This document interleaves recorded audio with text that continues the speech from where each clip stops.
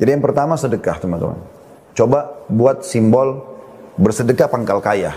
Dan bukan menabung pangkal kaya. Itu intinya sebenarnya. Dan ini diikuti dengan keyakinan tentang janji Allah dan Rasulnya.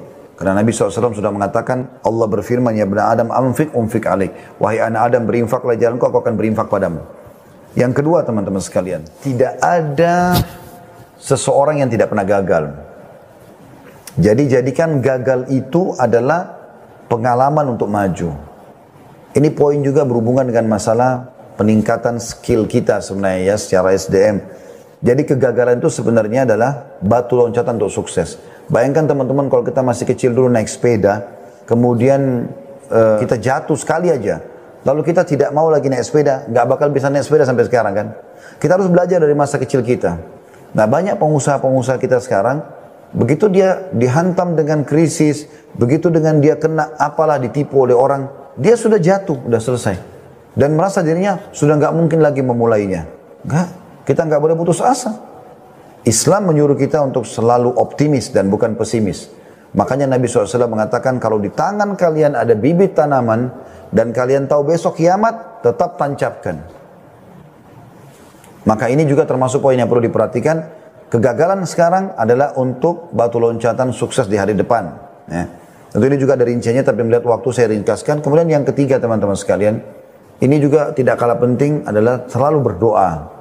Dan doa itu dimulai sebelum aktivitas. Kan kalau dalam Islam sebelum keluar rumah berdoa, sebelum makan berdoa, sebelum minum berdoa, sebelum tidur, sebelum masuk kamar mandi, ya, sebelum biologis kan gitu. Coba berdoa dulu.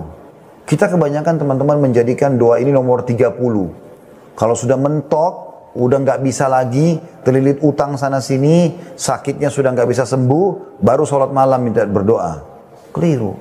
Coba sebelum buka usaha, sebelum menjalin partner bisnis, ya, bisnis sama seseorang, kita memanggil orang untuk menjadikan partner bisnis kita, maka kita berdoa dulu, istikharah dulu, sholat 2 rakaat, minta petunjuk kepada Allah SWT, itu penting.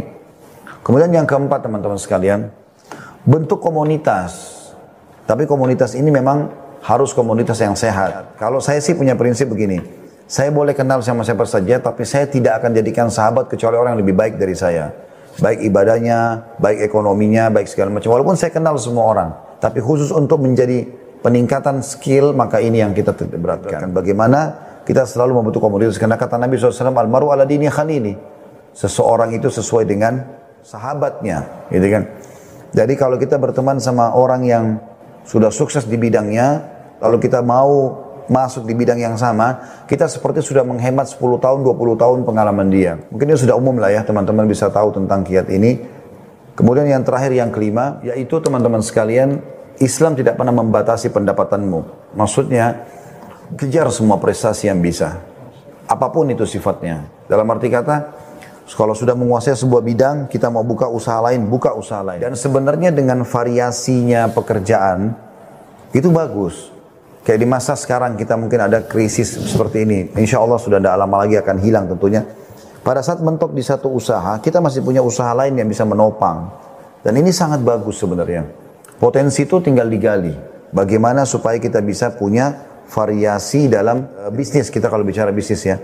Sehingga setiap kali kalau kita punya peluang usaha yang belum kita tahu tentang usaha apa itu, coba kita dalami, tekuni. Mungkin ada peluang di situ. Dan kita harus tangkap sinyal-sinyal Allah SWT. Kalau kita berdoa, ya Allah lapangkan rezeki saya, maka Allah tidak akan lemparkan duit dari langit, tapi Allah akan kirim kepada kita orang-orang yang punya potensi di bidangnya, lalu menawarkan kepada kita. Maka jangan buang peluang itu.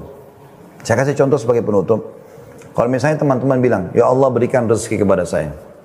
Kemudian besok, misalnya Allah ijabah doanya. Besok tiba-tiba ada tetangga datang lalu membawa mobilnya. Ini mobil saya mau jual. Bapak mau beli nggak?